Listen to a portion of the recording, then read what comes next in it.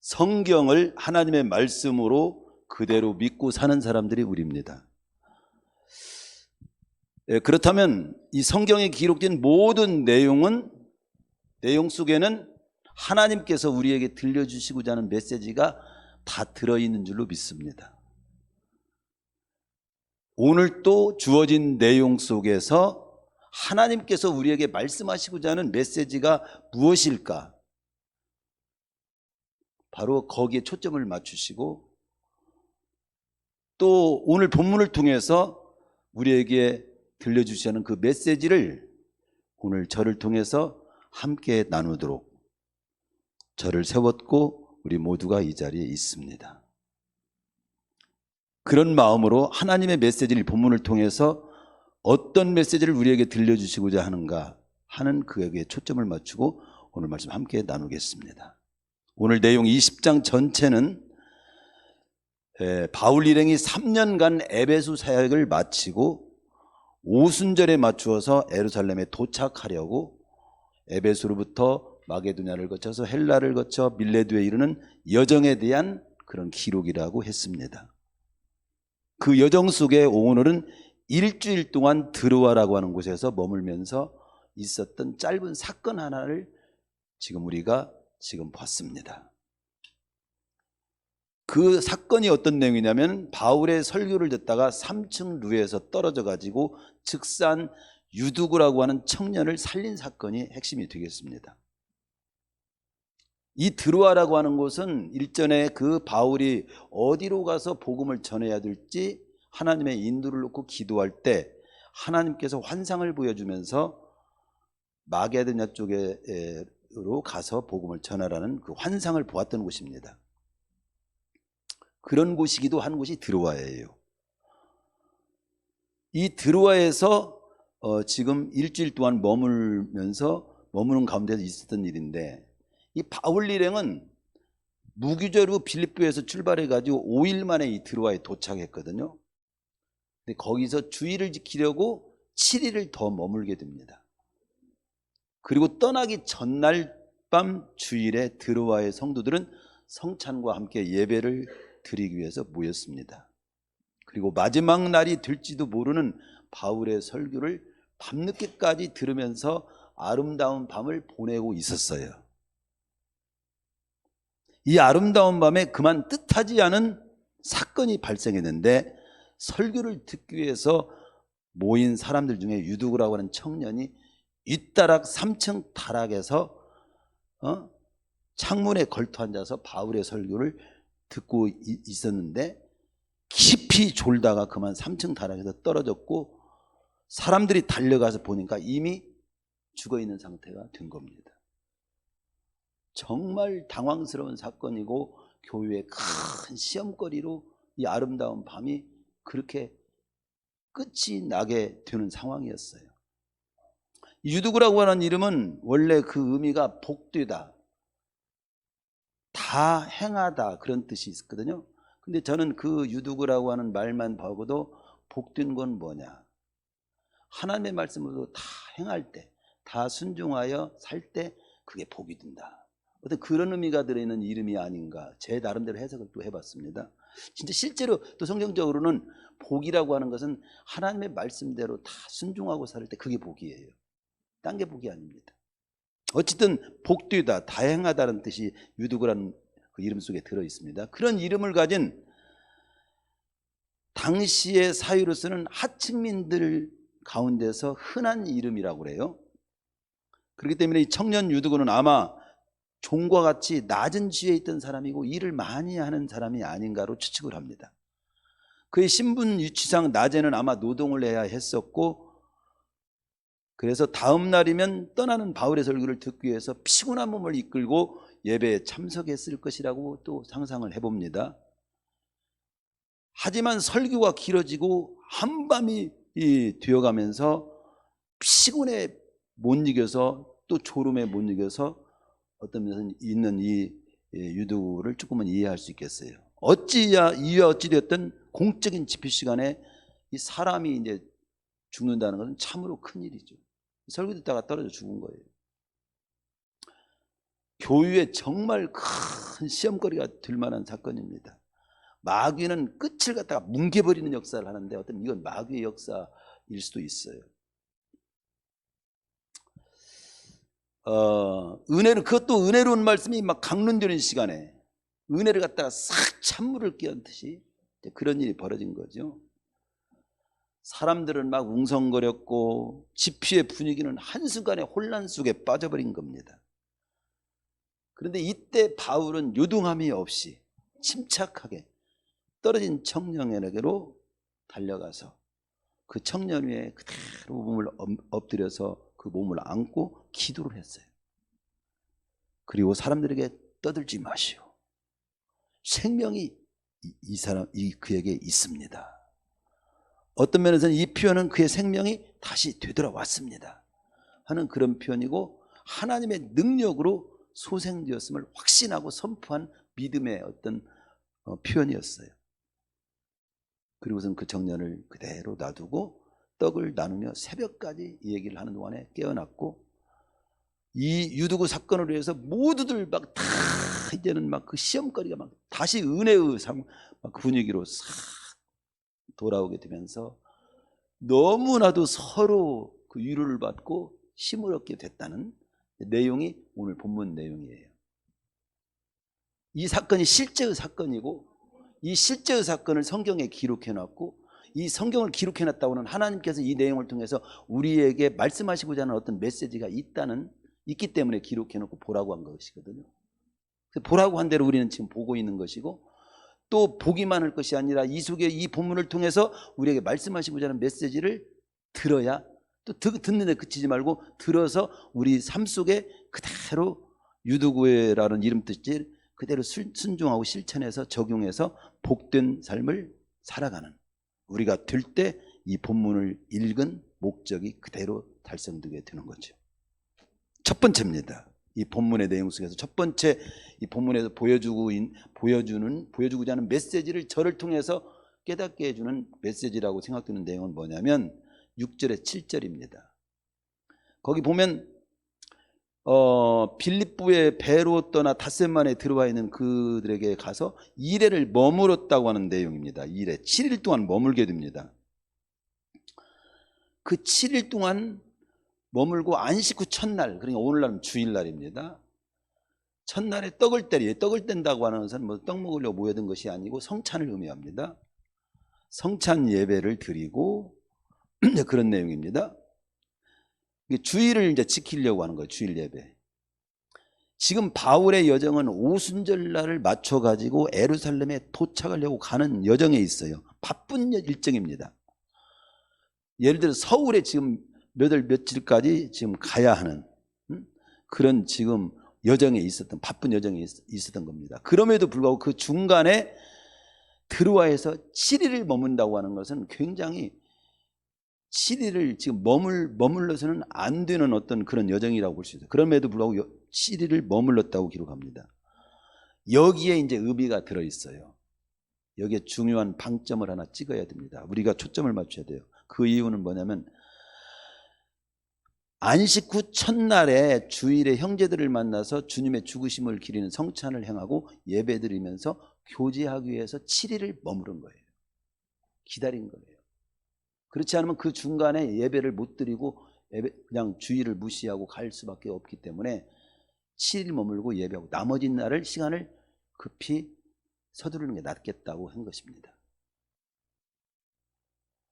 즉 일정 중에, 이 바쁜 일정 중에도 주일을 지키기 위해서 이래를 기다린 거예요. 이 부분이 우리에게 하나님께서 잘 보아라, 이 부분을 잘 유의 있게 보라고 하는 메시지가 들어있는 내용입니다. 적용을 점으로 우리가 삶의 메시지를 어떤 쪽으로 우리는 이 말씀을 적용해야 되냐라고 묻는다면은, 바울의 이 삶을 보면 그는 이 예배 중심, 주일 중심, 어떠면 그리고 자신이 전도하는 그 전도 중심, 그리고 크게는 어떤 자신에 맡긴 사명 중심으로 삶을 다스리면서 조절하며 살았던 바울의 모습을 볼 수 있는 겁니다. 예배 중심, 주일 중심, 어떤 면에서는 예배 중심이라는 말이나 주일 중심이나 똑같은 내용이 다 들어있습니다. 주일 중심, 그리고 생명 살리는 전도 중심, 나에게 맡긴 사명 중심. 그렇게 삶을 조절하며 살아요. 근데 여러분은 어떤 걸로 삶을 다스리며 조절하며 삽니까?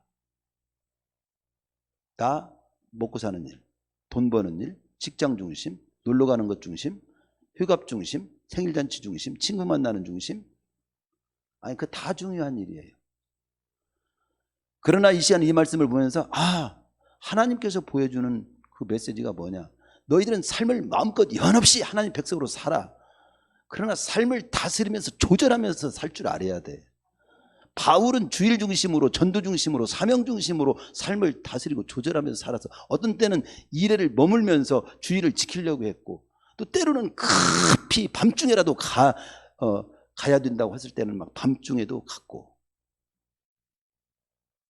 하나님께서 창세기에 보면은 인간에게 복을 주신다고 하는 말씀이 나옵니다. 창세기 1장에 보면 하나님이 그들에게 복을 주시며 하나님이 그들에게 이르시되 생육하고 번성하며 땅에 충만하라. 땅을 정복하라. 바다의 물고기와 공중의 새와 하늘의 새와 땅에 움직이는 모든 생물을 다스리라.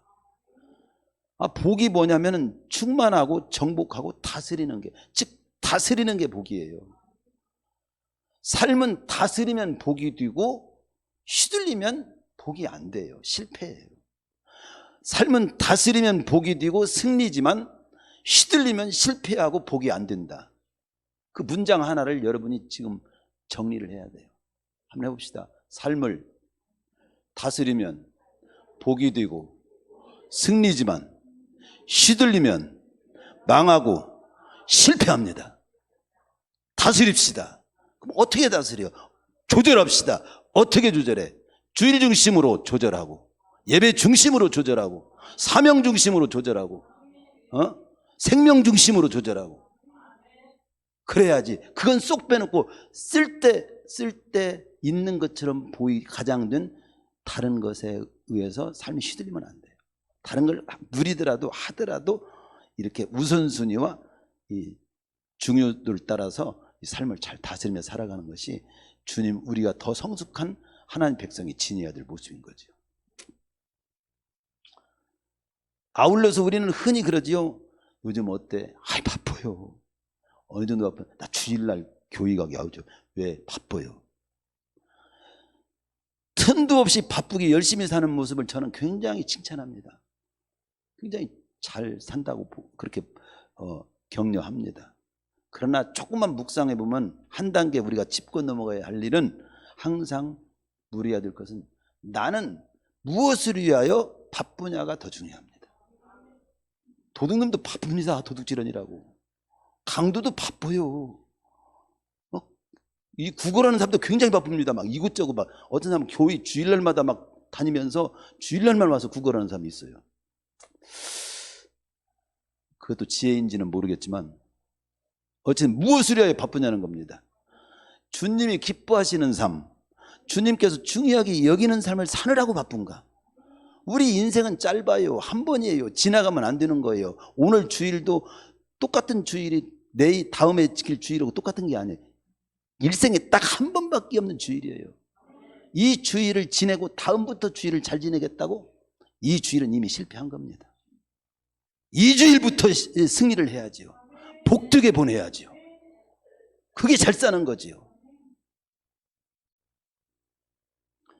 한 번 가면 다시 오지 않습니다. 세월을 그래서 아껴야 됩니다. 바쁘게 살아야 합니다. 그러나 잘못 바쁘면 안 됩니다. 잘 바빠야 합니다. 잘 바빠야 하는 것이 뭘까요? 저도 묵상했기 때문에 말씀드릴 수 있는 거예요.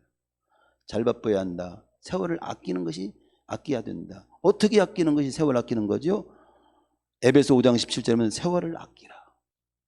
때가 악하다. 때가 악해서 세월을 잘못하면 다 낭비할 수가 있어. 방황하면서 살아가는 세월은 낭비하는 시간이라고 그랬잖아요. 낭비하는 시간이 가장 아까운 시간이죠. 근데 거기 보면 세월을 아끼는 것은 주의 뜻을 분별하여 사는 거라고 나와요. 주의 뜻이 무엇인가 이해하라. 주의 뜻을 갖다가 품고 살아라는 거거든요. 야고보서 4장 15절에서도 우리 인생은 잠깐 있다 없어지는 안개와 같지 않느냐. 저도 지금 내일 저희 형수님 아버님이 돌아가셔서 장례에 거기 문상을 가야 됩니다. 이렇게 다 가시는 분들을 계속 봐요. 어느 날 제 차례가 될 거예요.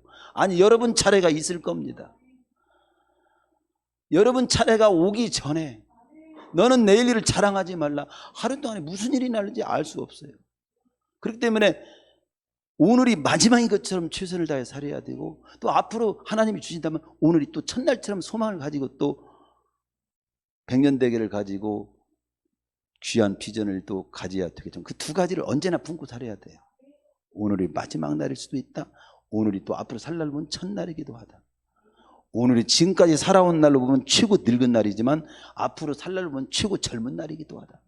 이 두 가지가 다 똑같이 공존해 있는 시간이 오늘이지요. 거기에서도 인생은 잠깐이다 없어는 안개와 같다고 하면서 이 짧은 인생을 장사를 해서 일을 벌겠다고 돈에만 초점을 맞추고 이 일 저 일 분주한데, 거기서는 분명히 그렇게 말해요. 그렇게 살지 마. 주의 뜻이면 이 일이든 저 일이든 조전하면서 살겠다는 그 자세를 가져야 돼. 야고보서에서는 그걸 강력히 말씀합니다.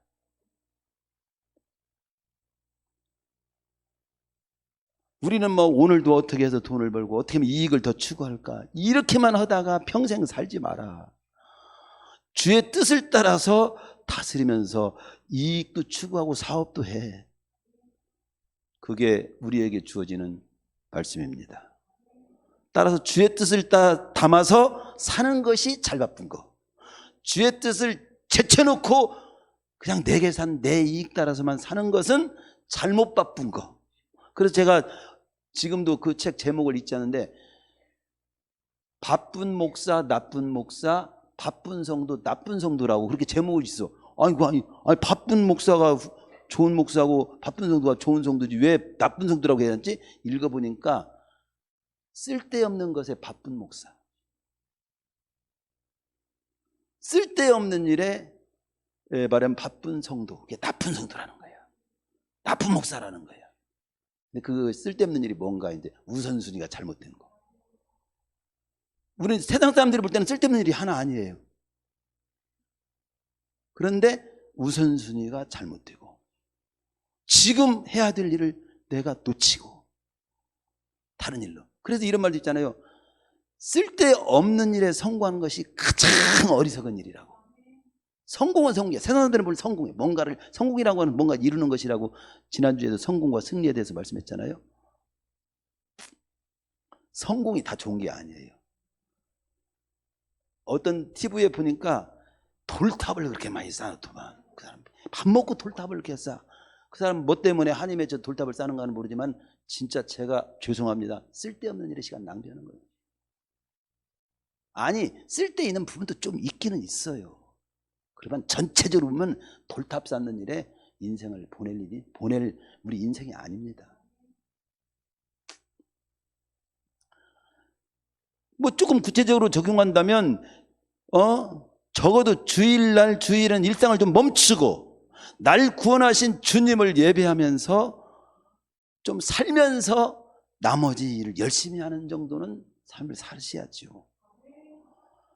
나의 생업이나 사사로운 일로 바빠서 하나님께 드린 주일 예배도 제대로 못 드릴 만큼 허겁지겁 드리면서 그것도 그 시간을 내지 못할 만큼 직업을 선택하고 또 그렇게 사는 것은 수정해야 될 일인 것을 저는 분명히 지적합니다.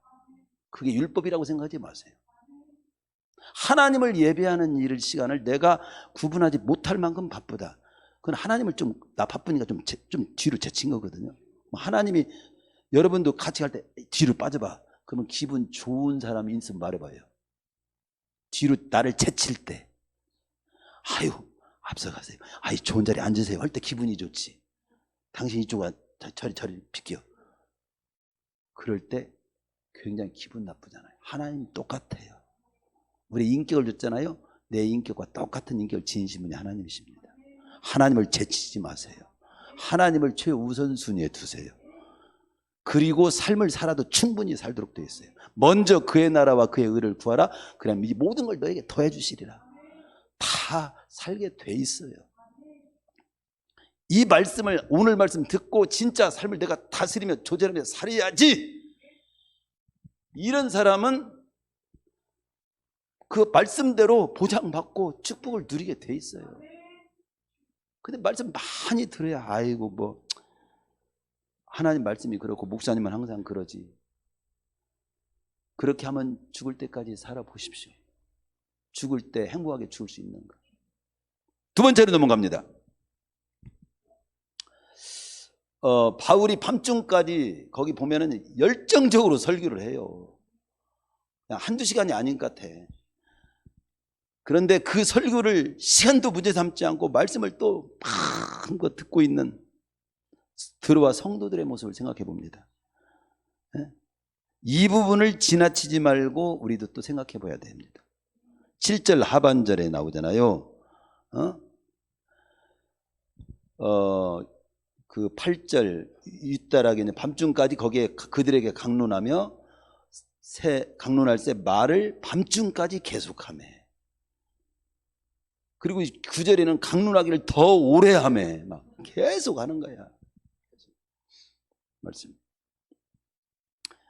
저는 이것을, 바울은 시간을 문제 삼지 않고 설교를 지금 막 계속 버금을 물고 막 하는 것 중이고, 성도들도 시간을 문제 삼지 않고 설교를 듣는 중입니다.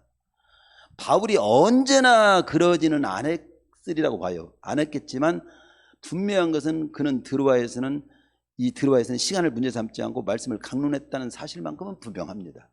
언제나 그랬다고 볼 수는 없어요. 너무도 뜨겁고 진지하게 시간을 문제 삼지 않고 말씀을 전하고 들었던 그날 밤의 모습 한번 상상해 보세요. 우리도 친구들과 오랜만에 만나고 막 졸음이 오는데도 그냥 1시, 2시까지 막 옛날 얘기하고 막 웃고 또 그래 졸다가 또 다시 듣고 막 이런 어느 날 뭐 그런 거 있잖아요. 잊을 수 없는 밤일 수도 있어요. 여기서 우리가 설교에 대해서 한 번쯤 짚고 넘어갈 내용은, 설교는 시간을 문제 삼지 않을 만큼 중요하다는 사실만큼은 분명합니다. 알고 보면은 설교라고 하는 것은 몇 시간을 해야 하느냐보다도 얼마나 하나님이 전하시고자 하는 말씀을 온전히 제대로 전했느냐가 중요하고, 그것을 제대로 얼마나 잘 들었느냐가 핵심입니다. 그것이 핵심이 돼야 돼요. 우리 교회도 그것이 핵심이 돼야 돼요.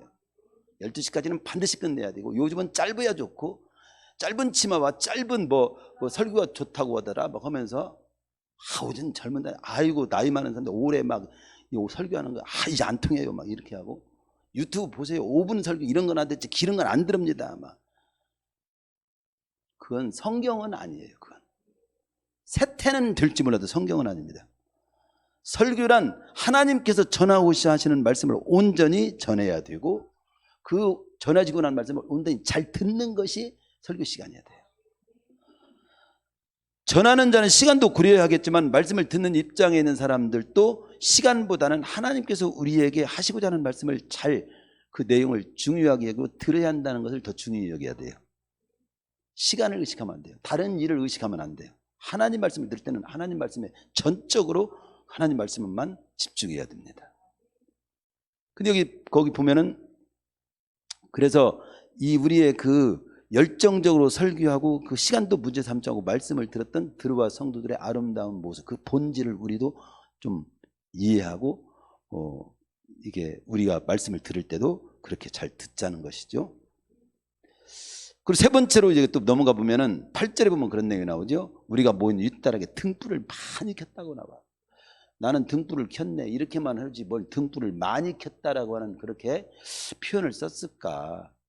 이것도 하나님께서 잘 봐. 그런 것도 그냥 넘길 일이 아니야. 뭐 이런 내용으로 해서 메시지로 표현을 해봅니다. 어떤 면에서 말씀을 잘 듣기 위한 환경을 이 드로아 성도들이 조성했다는 거예요. 등불 켜는데 그 당시 참 얼마나 굉장히, 요즘도 전기세가 막 많이 여름에는 많이 올라가잖아요. 겨울에도 막 난방하느라 올라가고, 그럼 굉장히 전기세 아까운 거 다 알지요. 그러면 그 당시도 마찬가지예요. 등불을 많이 켠다고 하는 것은 그만큼 굉장히 그게 낭비하고 있는 것이 아니라 그들이 그렇게 귀중한 어떤 돈이 드는 것임에도 불구하고 등불을 많이 켰다는 거예요. 말씀 듣는 그 시간에. 특별히 그걸 기록하고 있는 것입니다. 그런데 어느 이제 학자는 등불을 많이 켠 것이 그을음과 산소 부족을 일으켜 가지고 나중에 유두부의 졸음을 가져온 배경을 설명하니라고 그 얘기를 썼다. 이렇게 설명하는 건데 그건 너무 단시한적이고요. 이걸 대수롭게 넘길 수 있는 표현이지만은 저는 오히려 영적으로 하나님의 어떤 마음으로 읽어볼 때 설교 시간에 최대한의 좋은 환경을 갖추어서 말씀을 보고 듣고 하는 일에 지장이 없도록 정성을 기울였던 초대교회 드루아 교회의 단면을 보여주는 내용이라고 저는 그렇게 느껴지더라고요. 여러분 어느 쪽에는 이거 등불 괜히 많이 켜가지고 나중에 끓음이 많이 나고 산소가 부족해가지고 공기가 탁해가지고 유두부가 낮게 죽게 된 원인을 만든 것을 알려주려고 이거 등불 많이 켰다는 걸 기록한 겁니다. 그렇게 볼래요. 말씀을 잘 듣기 위해서 드루아 교회 성도들이 등불을 특별히 보통 때는 5개, 6개 켰는데 10개를 막 이렇게 켜서 더 잘 들으려고 한 것으로 해석하는 것이 더 나을까요? 뒷부분이 훨씬 더 타당하게 느껴지지 않아요? 이런 걸 보면서도 하나님의 말씀을 귀중히 여기는 중심 가지고 환경을 최대한 이게 좋게 밝게 하고 따뜻하게도 하고 또 때로는 시원하게 하고 때로는 핸드폰도 딱 정리하고 또 어떤 경우는 우리 상담하고 이렇게 보면은 말씀 어떻게 잘 들어? 제가 말씀을 좀 잘 못 들을 때가 있어요. 왜 못 들어? 딴 생각이 들어가지고 그 딴 생각을 하면서 그 생각이 직장에서 있었던 일, 집에서 당한 일, 여러 가지 있었던 일이 그것이 그냥 막 속에서 있어가지고 말씀이 그 생각에 빠져가지고 말씀 못 듣는 데가 있어요. 그래, 그럴 수 있어. 그거 다스리면서 하나님의 말씀을 집중해야 돼. 제가 그렇게 대답해 준 적이 있는데 이 하나님의 말씀을 잘 듣기 위해서 내가 모든 걸 다스리고 조절하는 거 굉장히 중요합니다. 소변도 미리 보고 와야 돼요. 중간에 나가면 안 됩니다. 또 물도 미리 마셔야 돼요. 그렇죠? 핸드폰도 다 꺼고 드려야 돼요. 어떤 사람은 아예 핸드폰 꺼는 것은 그만두고 켜놓고 스케줄을 작성하는 사람이 있어요. 그리고 거기서 게임하는 사람도 있습니다. 그 사람은 하나님을 죄송합니다. 조금 상스럽게 표현하겠습니다. 개무시하는 거예요. 그렇게 하고는 복을 보기 두지 못합니다. 하나님 말씀을 잘 듣는 태도부터 벌써 복이 결정이 돼요. 잘 들으셔야 돼요. 또 이걸 낭비라고 합니다. 말씀을 잘 듣기 위해서 한 것으로 보지 않고 이건 너무 많이 킨 것, 낭비다. 이건 낭비가 아니에요. 하나님의 말씀을 잘 듣기 위해서 모든 주권을 최대한 그 상황 속에서 최대한 이렇게 등불을 킨 것은요, 낭비가 아니라 잘한 모습이죠. 가난과 청비는 다릅니다. 가난과 청비는 달라요. 인색과 전략도 차이가 있습니다. 무엇이 가난이고 무엇이 청빈입니까? 그냥 없는 건 가난이야. 그렇지만 있어도 그걸 아주 필요하게만 쓰는 것은 청빈입니다. 알뜰하게 쓰는 건 청빈이죠. 있어도 안 쓰는 건 인색한 거예요. 그러면 있지만 필요한 것만 쓰는 것이 전략이죠. 우리는 청빈할 수 있고 전략을 할 수 있어야 되지만은 인색하고 그냥 가난하면 안 되는 거예요. 없어서 못 쓰는 것은 가난입니다. 있지만 쓸 때 쓰기 위해서 전략하는 것은 청빈입니다. 언제나 안 쓰는 것은 인색입니다. 쓸 때다 제대로 잘 쓰기 위해서 써서는 안 되는 것에 안 쓰는 것이 전략입니다.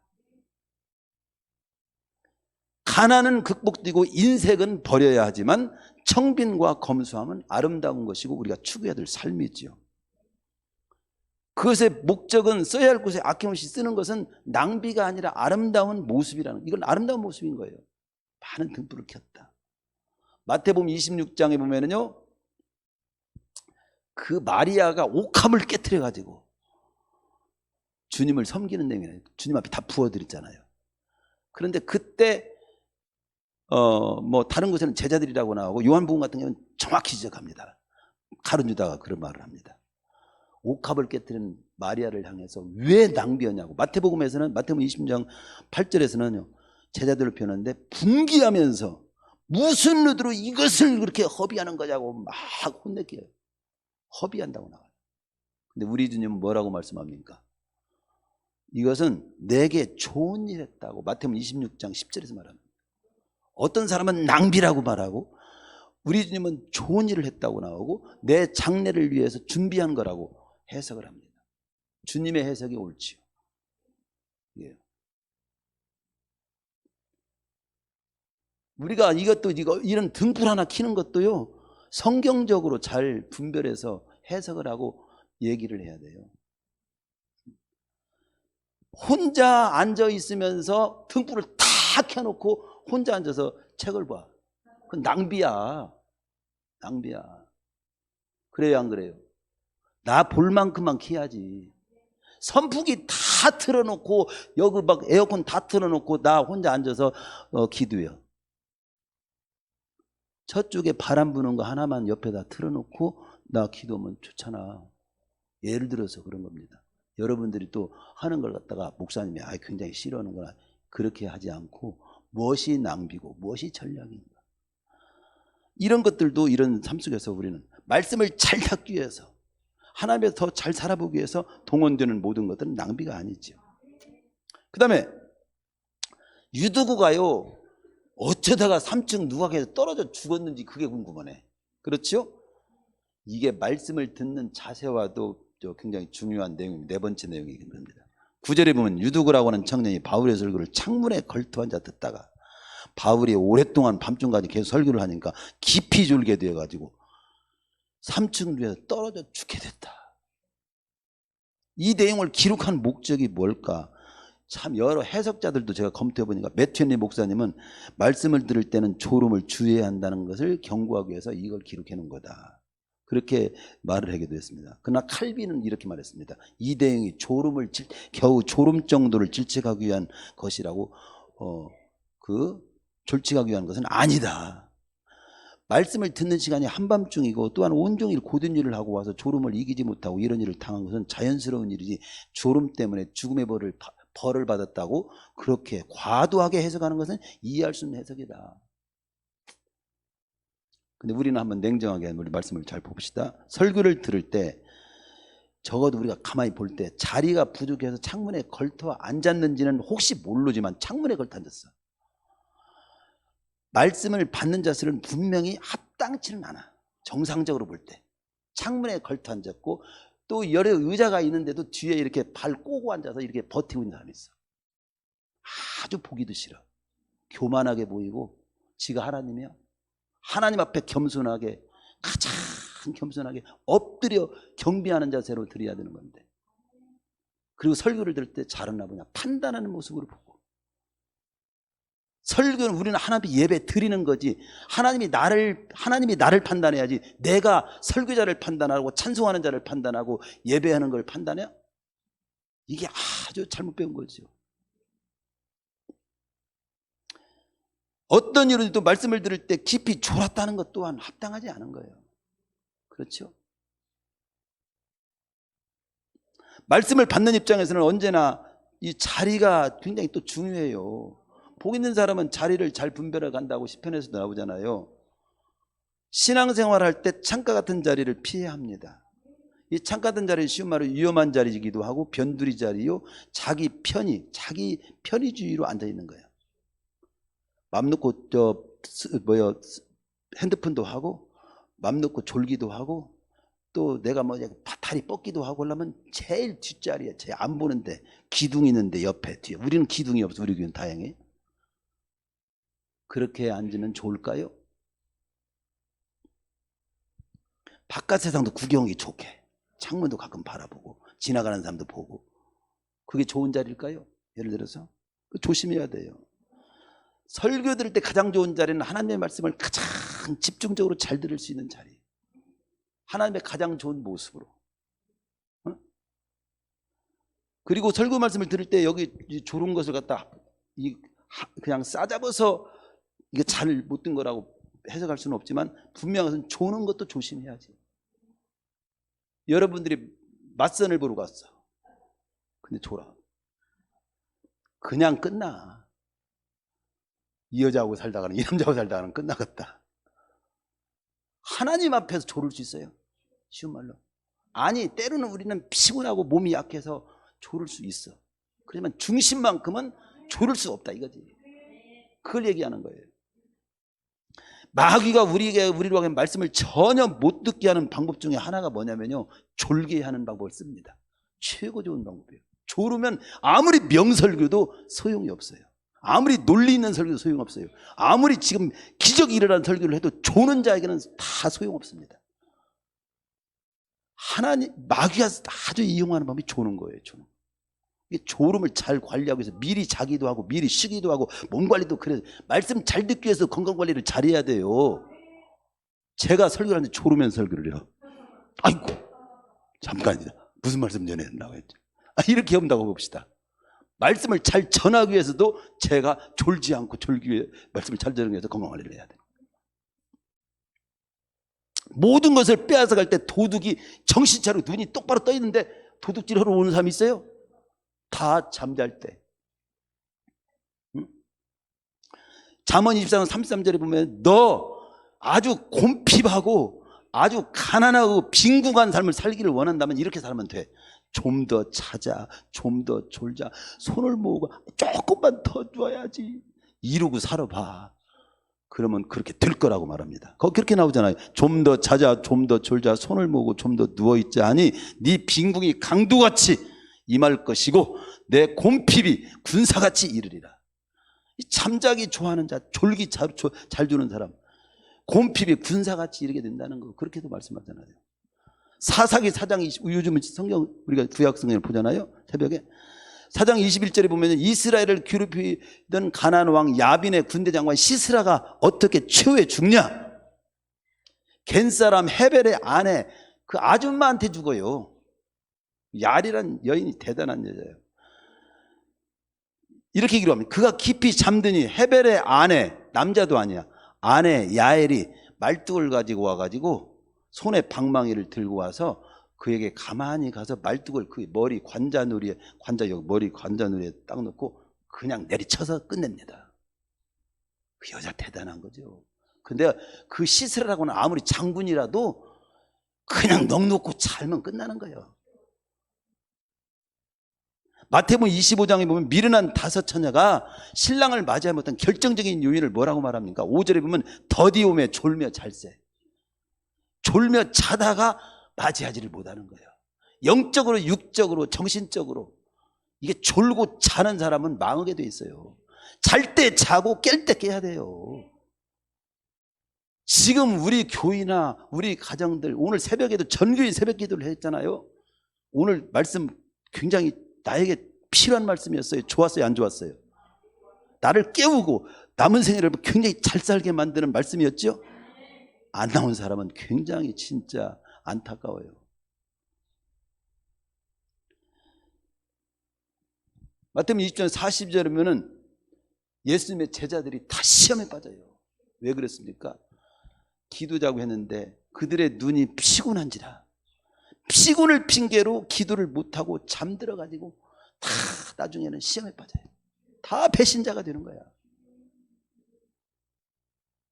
이 배신하지 않고 주님을 따를 힘을 얻지를 못한 거죠.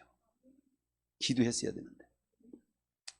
그래서 육적으로, 정적으로, 영적으로 졸지 말고 깨어있어야 한다는 사실을 우리는 이런 말씀을 통해서도 다시금 마음에 새겨야 되고, 마지막 이 사건에서 주고자 하는 더 중요한 핵심적인 메시지가 뭘까? 제가 시간 관계상 짧게 딱 말씀드리겠습니다. 거기 보면요 그런 내용이 나옵니다. 바울이 내려가서 그 위에 엎드려 그 몸을 안고 말하되 떠들지 말라, 생명이 그에게 있다 하고, 그렇게 하고 올라가 떡을 떼어 먹고 오랫동안 그 날이 새기까지 이해하고 떠나니라. 그 구절구절을 다 생략하는 거예요. 지금 제가 말씀을 시간 관계상 생략하고 결론을 12절에 보면 사람들이 살아난 청년을 데리고 와서 적지 않게 위로를 받았다, 그런 내용이 나옵니다. 하나님의 위로를 받았다라고 하는 내용이 이 핵심적인 우리에게 전해주려고 하는 메시지 중에 대표적인 메시지예요. 이게요 어떤 위로냐, 지금도 우리의 삶을 보시고 아시는, 살아 역사하시는 하나님을 보라 이거야. 이 광경을, 이 상황을 하나님은 다 보시고 계셨어요. 아셨어요.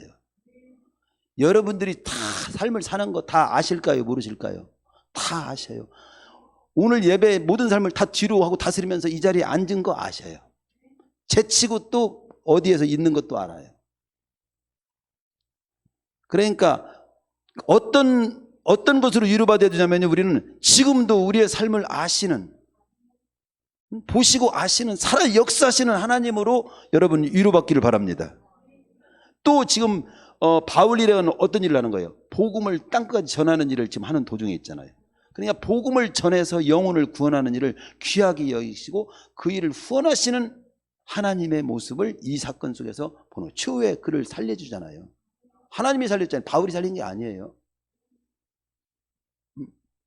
그 일을, 그러니까 바울을 후원하는 면에서 이 유두를 살린 거예요. 그리고 결정적으로는 그 어렵고 난처한 상황에서 그 시험 들 수밖에 없는, 큰 교회가 시험 들 수밖에 없는 그런 상황에서 그를 살려줌으로 그냥 위로가 받고 힘이 생기고, 정말 그 우리 주님은 어떤 주님이고 우리가 가는 이 믿음의 길은 죽어도 다시 사는 부활. 이 성경에 보면은 죽었다가 살아난 사건을 성경에서 많이 보여주거든요. 그것은 단순히 죽었다가 살아난 사건을 하나님의 능력만 보여주기 위한 것이 아닙니다. 우리가 가는 궁극적인 삶은 우리는 죽어도 다시 사는 부활이 있음을 성경은 보여주는 거예요. 재림 이후에 우리는 죽으려 해도 죽지 않는 영원한 신령한 몸으로, 썩지 않을 몸으로 다시 살게 돼요. 그리고 영원을 누리게 돼요. 제가 천국, 영생, 하나님 나라 얼마나 좋을까 했더니 주님께서 야, 복잡하게 생각하지 마. 내가 딱 한마디로 알려줄게. 이렇게 알려줬어요. 저에게는 개인적으로 이보다 더 좋을 수는 없는 삶. 이보다 더 좋을 수는, 여러분 삶을 살다가 이보다 더 좋을 수는 없어. 그런 체험했으면 그보다도 더 훨씬, 이보다 더 좋은 수는 없어. 이런 세상이 우리의 끝에 연결이 되어 있습니다. 그게 천국이고 영생이고 하나님 나라예요. 우리는 하나님 나라 이미 시작이 됐어요. 근데 온전한 하나님 나라를 우리는 재림 때 이후에 만나게 될 겁니다. 바로 지금도 우리의 삶을 보시고 하시는 살아 역사하시는 하나님으로 위로받고, 복음을 전하면서 영혼을 구원하는 일을 귀하게 여기시고 그 일을 후원하시는 하나님을 보면서 또 위로받고, 하나님은 이 복음 전하는 현장을 아실 뿐만 아니라 난처한 상황을 만났을 때 도우시고 또 실제로 그 상황을 해결할 수 있도록 인도해 주시는 그 하나님을 인하여 위로받고, 그리고 장차 우리는 이와 같이 죽어도 다시 사는 부활과 영생으로 인도하시는 그 세계를 바라보고, 그렇게 인도하시는 하나님을 바라보면서 위로받고 살아라. 이 내용을 통해서 그런 소망과 위로를 느끼라는 거죠. 깨달으라는 거죠. 그리고 낙심하지 말고 우리에게 주어진 믿음의 길을 유감없이 선한 싸움 다 싸우고 달려야 할 길을 잘 마치고 믿음을 잘 지키면서 승리의 길을 잘 가거라. 바로 그런 내용이 오늘 내용인 거예요. 이 하나님을 바라보고 승리의 길을 가시기를 축원합니다.